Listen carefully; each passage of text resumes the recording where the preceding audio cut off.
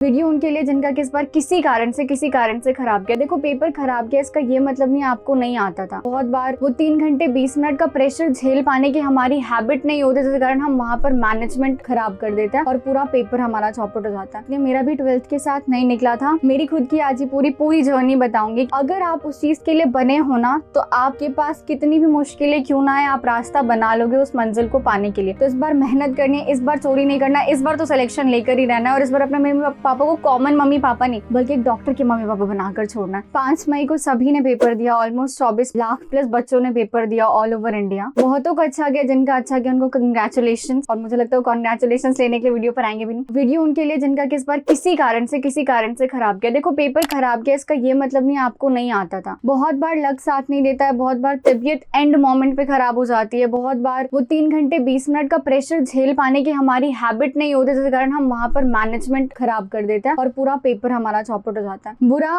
उनके लिए मुझे कम लग रहा है जिनके 200 300 400 मार्क्स आ रहे हैं। मुझे उनके लिए सबसे ज्यादा बुरा लगता है जिनके मार्क्स 590 599 605 पे आके अटक जाता है। मुझे लगता है अगर उनको 10-20 मार्क्स और एक्स्ट्रा आ जाते तो उनको कॉलेज एक अपॉइंट हो जाता। बट ठीक है, अब अगर मन बना लिया है फिर से रिपीट करना है, अगर गलतियां पता लग गई हैं कि पिछले बार में हमने ये गलतियां की थी अब नहीं करना है, तो फिर से रिपीट करने में कोई बुरी बात नहीं। मेरा भी 12th के साथ नहीं निकला था। मेरी खुद की आज ही पूरी जर्नी बताऊंगी कि मैंने क्या पढ़ा, कहाँ से पढ़ा, मैंने ऑनलाइन पढ़ा था, ऑफलाइन पढ़ा था, मेरे मोक्स में कितने मार्क्स आते थे, मेरी 11th का सिलेबस मैंने कहाँ से कंप्लीट किया, किस टीचर से पढ़ा था, 12th किससे पढ़ा था और क्या मैंने लाइब्रेरी ज्वाइन किया था वगैरह वगैरह। जितने डाउट्स है वो सारे यहाँ पर मतलब कि मेरे से रिलेटेड वो सब मैं यहाँ पर अपनी जर्नी में बताने वाली हूँ। और यकीन 2.2 20 मई से स्टार्ट होने वाला है, तो फिर अब तो मतलब बिल्कुल नया जोश आ गया हो कि चलो अभी तक जितनी गलतियां की है अब ये नहीं करेंगे, वो नहीं करेंगे, रोज लेक्चर लेंगे, अभी तक काम चोरी की थी, पिछले साल बैकलॉग आने दिया था, इस साल नहीं देंगे। मतलब बहुत जोश आ जाता है जब न्यू बैच आता है तो। लेकिन एक बात याद रखना, न्यू बैच जैसे 20 मई को आया, 20 मई से 30 मई तक तुम्हारा जोश जो है मतलब काफी हाई लेवल पे रहेगा। उसके बाद ये जोश गिरना शुरू करेगा। तो बस देखो, गिरता है, इट्स नेचुरल, इट्स ऑटोमेटिक। बस उसको बहुत नीचे तक मत गिरा देना कि अगले बार भी सिलेक्शन के चांसेस बिल्कुल ही खत्म कर दो। तो इस बार मेहनत करनी है, इस बार चोरी नहीं करना, इस बार तो सिलेक्शन लेकर ही रहना है और इस बार अपने मम्मी पापा को कॉमन मम्मी पापा नहीं बल्कि एक डॉक्टर के मम्मी पापा बनाकर छोड़ना है। इमेजिन यार, जब तुम्हारा अगली बार तुम इस बैच से पढ़ के अपना सिलेक्शन लेकर आओगे, अपने गली में अपने रिलेटिव्स में सबको बता रहे हो तुम्हारा नीट क्वालिफाई हुआ, तुमने 25-26 लाख बच्चों के बीच में एक मेडिकल सीट अपनी ग्रास्प की है, कितना ज्यादा खुश होंगे तुम्हारे पेरेंट्स, तुम्हारे रिलेटिव्स। तो खैर, और एक मैंने कॉमेंट देखा था कि दीदी इस बार अच्छा नहीं गया है और जो टॉक्सिक रिलेटिव्स हैं वो बहुत परेशान करते हैं, बहुत ताने देते हैं। तो यार, ये टॉक्सिक रिलेटिव्स ना एक ब्लेसिंग्स होता है हमारी लाइफ में। मुझे लगता है मुझसे ज्यादा toxicity I shouldn't say but किसी ने नहीं देखी होगी यार, because I was once said by my cousin when I was in 11th standard कि तो जिस क्लास में है ना उस क्लास के बच्चों को मैं पढ़ाता हूँ। दैट टाइम ही used to teach 4 or 5 students of 11th and 12th class each and I was in 11th that time. तो मुझे उस दिन बहुत ज्यादा रोना आया था, बिकॉज बात तो उनकी सही थी कि मैं जिस क्लास में मतलब मैं 11th क्लास में उस क्लास के बच्चों को पढ़ाता। आज मैं नीट मेरा क्वालिफाई हो गया, मैं MBBS कर, तो मैं आज थाउजेंड्स ऑफ बच्चों को गाइड कर रही हूँ। तो मुझे लगता है एक प्रॉपर जवाब उनको मिल चुका है और ये वो देखते भी हैं। सो यही होता है, अगर इफ यू गेट ताने from your relatives, take it as a positive side यार, क्योंकि वो आपके लिए एक चैलेंज है। जिस दिन आप नीट क्वालिफाई करके इस फेलियर वाली जर्नी से सक्सेसफुल हो जाओगे ना, उस दिन वही आएंगे सबसे पहले ताली बजाने के लिए। तो बस शुरू करता। मैंने 2020 में कंप्लीट किया था और 10th का रिजल्ट लाइक पेपर मार्च तक हो गया था और कोरोना तभी आया था, कोरोना का स्ट्राइक। तो मेरी लाइफ का जो डाउनफॉल था, एक्चुअली मैं 9th तक मेरी लाइफ में बहुत अच्छी थी, बहुत चलती, बट मेरी लाइफ का डाउनफॉल स्टार्ट हुआ जब 10th का पेपर एंड हुआ, तभी कोरोना आया। लाइक पापा का जॉब अचानक से छूटा।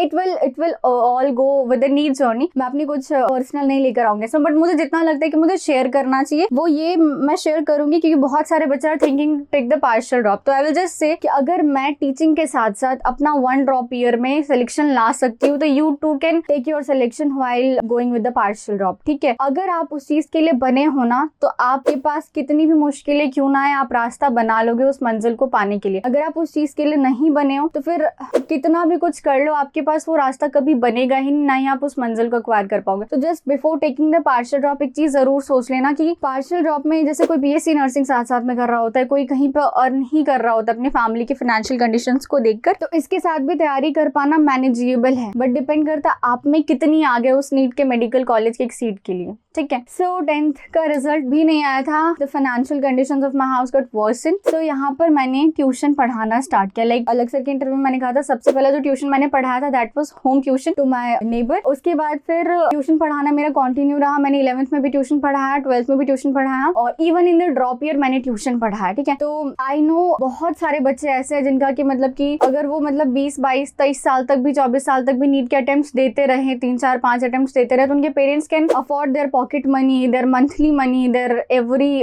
Like things. बट अगर मेरा 1 ड्रॉप ईयर में इस नहीं होता तो my parents won't be able to afford even a single penny for me, ठीक है। So I had to do with these things. So इन सब के साथ साथ एंड 10th हुआ मेरा। 11th में मैंने किसी भी बैच से नहीं पढ़ा था। लाइक यूट्यूब पर रेंडमली जो वीडियो मिलता था I used to watch that. Schools में कुछ पढ़ लिया, कुछ नहीं पढ़ा। और इसके साथ साथ कुछ भी मतलब कुछ भी रेगुलर नहीं था 11th में। ना ही मुझे सिलेबस का पता था, ना ये पता था ऑर्गेनिक केमिस्ट्री कहते किसे। ऑर्गेनिक केमिस्ट्री में 2 चैप्टर्स 11th में आते, इवन मुझे ये भी नहीं पता था। देन 12th में लक्ष्य नीट सबसे पहली बार हमारे टाइम पर आया था। लक्ष्य नीट वाला बैच ले यहाँ से पढ़ा, वो भी सीबीएसई ने जो सिलेबस रिमूव कर दिया था 12th क्लास के बोर्ड के लिए, वो वाले चैप्टर को हटाकर मैंने सारा जो है लक्ष्य नीट से कंप्लीट किया था। यहाँ पर पूरा 12th क्लास का सिलेबस। 12th में I score 95% just only starting from this particular batch. और उसके बाद फिर नीट का एग्जाम दिया। 12th के जस्ट बाद नीट का एग्जाम दिया और 545 मार्क्स आए। 545 मार्क्स जब आए तब तो रिलेटिव यू कैन थिंक कि हमने तो पहले ही बोला था पापा को पढ़ाने की औकात ही नहीं है। नीट का एग्जाम ऐसे ही थोड़ी ना निकलता है कि स्कूल में पढ़ा दिया बच्चों को और पेपर निकल गया। इसके लिए यहाँ जाना पड़ता है, कोटा जाना पड़ता है, इतने लाख रुपए लगते हैं। जब इनके पास है ही नहीं तो बेटी को ये वाला फील्ड ही क्यों दिलवाया, वगैरह वगैरह। सुनना पड़ता है। बट आज अगर मैं यहाँ पर निकल कर आ चुकी हूँ ना, आज जब मैं उन्हीं के सामने से व्हाइट एप्रन पहन के जा रही होती हूँ, उन्हीं के सामने से बैग टांग के कॉलेज के लिए निकल रही होती हूँ, तो अपना सिर झुका लेते हैं। So these are the answers to those toxic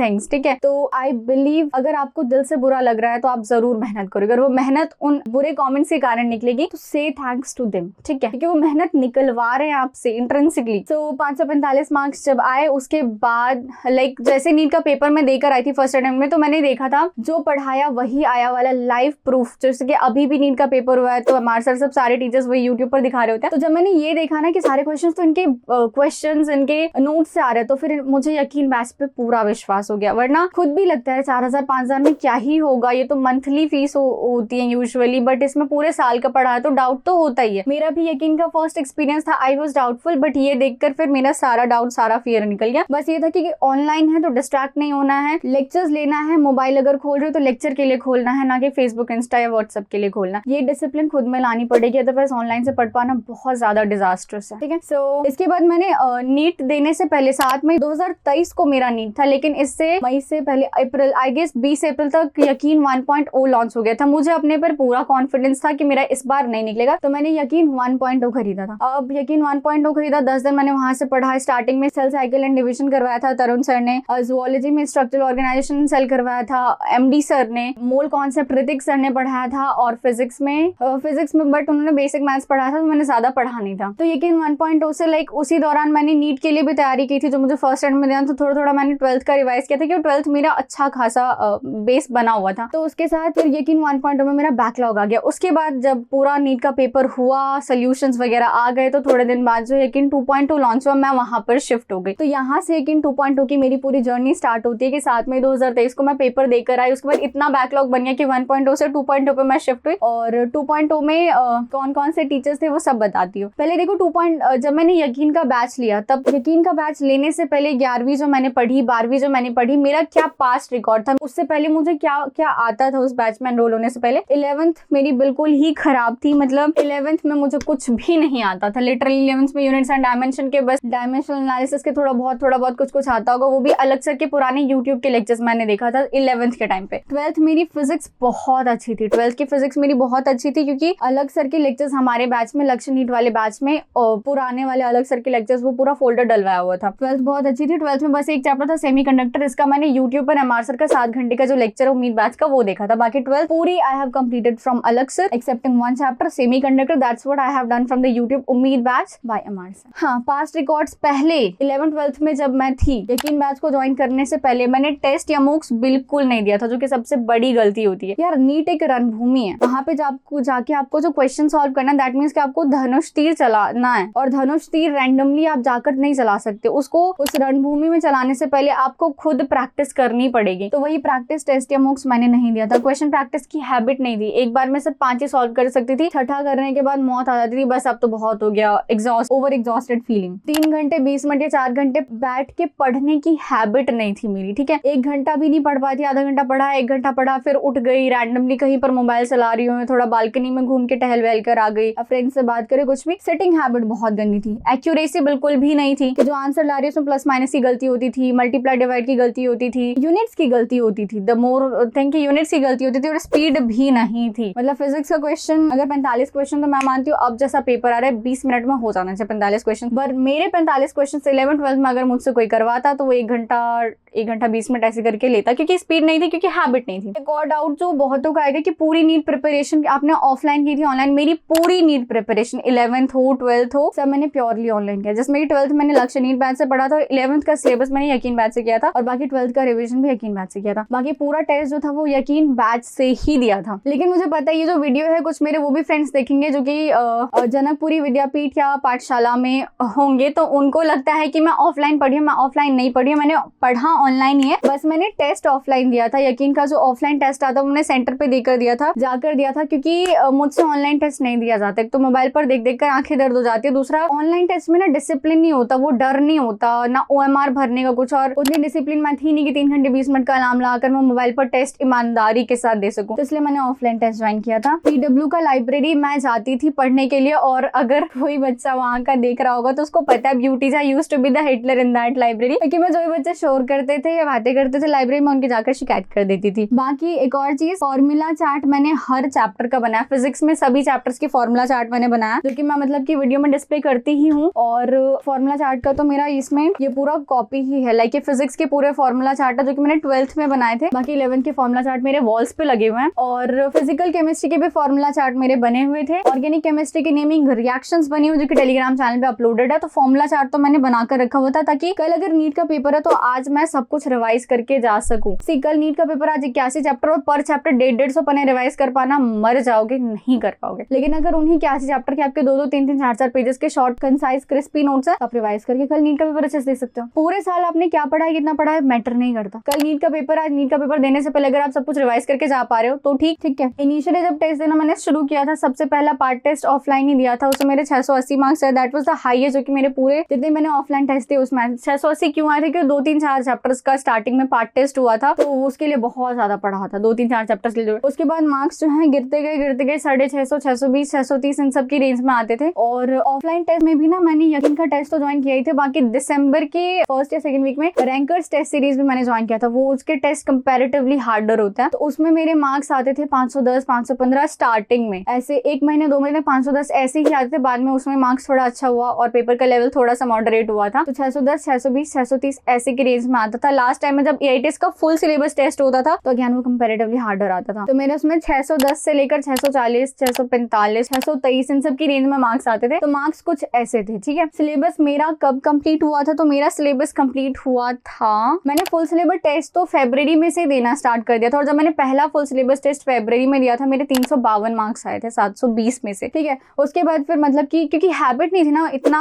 partly आपको रिवाइज कर सकते, लेकिन पूरा सिलेबस कैसे रिवाइज करोगे टेस्ट देगा, तो रैंडमली मैं, लेकिन टेस्ट मैं देती थी, रैंडमली मैं टेस्ट देने के लिए बैठ जाती थी और टेस्ट मैं देती थी, बिन सिलेबस कंप्लीट हो या ना हो। तो 352, 452 ऐसे करके मार्क्स में इंक्रीमेंट है, तब जाकर मार्क्स मेरे अप्रैल के मंथ में 610, 620 की तब रिवाइज करने की एफिशिएंसी बढ़ गई थी, तब जाकर वैसे मार्क्स आए थे। अब बात करते हैं कि यकीन बैच में, तो बॉटनी यकीन बैच मैंने सिर्फ और सिर्फ अपनी 11th कंप्लीशन के लिए लिया था, क्योंकि 11th मेरी बहुत खराब थी। अमित महाजन सर से तो उम्मीद बैच में उन्होंने जो पढ़ाया मैंने वो पूरा लिया था लेक्चर। कोऑर्डिनेशन कंपाउंड्स मैंने पूरा अमित महाजन सर से पढ़ा है, और उन्होंने उम्मीद बैच में जितना पढ़ा ना that is more than enough. Organic तो 11th हो या 12th हो पूरी पंकज सर से ही पढ़ी है, पूरी पंकज सर से पढ़ी है। फिजिक्स की अगर हम बात करें 11th पूरी MR सर से, 12th का सेमीकंडक्टर पूरा MR सर से, बाकी 12th के और सारे जो फिजिक्स के चैप्टर थे वो पूरा अलग सर से। इवन 12th क्लास में मैंने फिजिक्स यकीन बैच में जब 11th क्लास का फिजिक्स खत्म हो गया था और 12th का फिजिक्स शुरू हुआ था, तो क्योंकि मेरी 12th की फिजिक्स कंप्लीट थी, नोट्स बना रखे थे, शॉर्ट नोट्स बना रखे थे, तो मैं लेक्चर नहीं लेती थी MR सर के, लेकिन उस लेक्चर के के बाद जो नोट्स आता था मैं वो नोट्स के क्वेश्चन जरूर प्रैक्टिस कर लेती थी, और एक बार नोट्स के थ्योरी भी पढ़ लिया कि अगर कोई पॉइंट मेरे से मिस हो गया हो तो नहीं समझ में आता था, लेक्चर में जाकर उसको समझती थी। ठीक है, सो हो गया मेरा कि मैंने कौन सा सब्जेक्ट कहाँ पर किस टीचर से पढ़ा था ये पूरा। इसके अलावा अभी जो यकीन 2.2 लॉन्च होने जा रहा है, 20 मई से होने जा रहा है, बहुत ज्यादा जोश है और बहुत सारे इंडिया के बच्चे। एक बात देखना यार कि अब ना 20 मई से अगर पढ़ना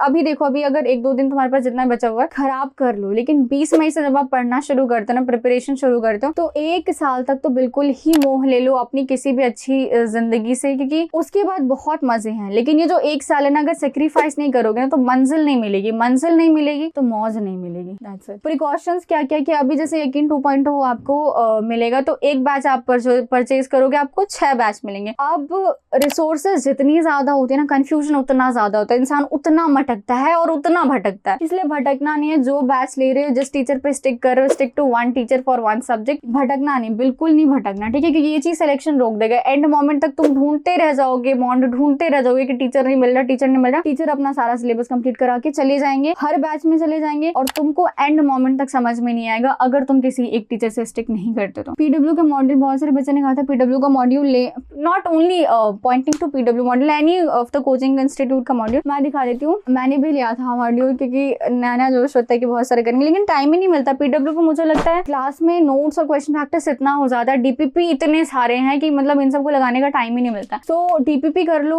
रिपीटेटिवली करो, क्लास के क्वेश्चंस करो, तो मॉड्यूल का आई डोंट थिंक कोई जरूरत है। और सिलेक्शन, क्या मॉड्यूल सॉल्व करने से ही सिलेक्शन हो गया? ऐसा नहीं है, मैंने मॉड्यूल बिल्कुल सॉल्व नहीं किया, मेरे पास न्यू नहीं, मेरी दुल्हन की तरह रखी हुई है, and still I have got selected with the marks of 660, all India rank 4809। सो ठीक है, एक और चीज इन्फिनिटी वाला है, आई गेस 1500 का ये पड़ता है। क्या लेना कंपल्सरी है? नहीं। If you can afford, not only money wise, if you can afford time wise भी, कि आप इतना इनफाइनाइट प्रैक्टिस कर सको तो ही लो। बाकी इसमें बहुत सारे टीचर्स, खजाना वजाना सब एडेड है, तो मुझे नहीं लगता है एक कोई बैच ले लो, दैट 1 बैच इज अ खजाना फॉर यू। ठीक है, तो ये मेरी एंटायर नीट जर्नी थी। लाइक जिस दिन मैं ड्रॉप ईयर के बाद पेपर देकर आई तो 4 क्वेश्चंस मैंने गलत किए थे लास्ट मोमेंट में। मैंने कहा ना, वो 3 घंटे 20 मिनट में क्या हो जाएगा किसी को नहीं पता है, कोई प्लानिंग नहीं करके जा सकता उस 3 घंटे 20 मिनट की। तो वही मेरे साथ लास्ट के 10-20 मिनट में तो मेरा हाथ कांप रहा था, OMR से बबल फिसल फिसल के जा रहे थे, मुझे तो ये भी डर लगा था वो डिटेक्ट होगा भी या नहीं।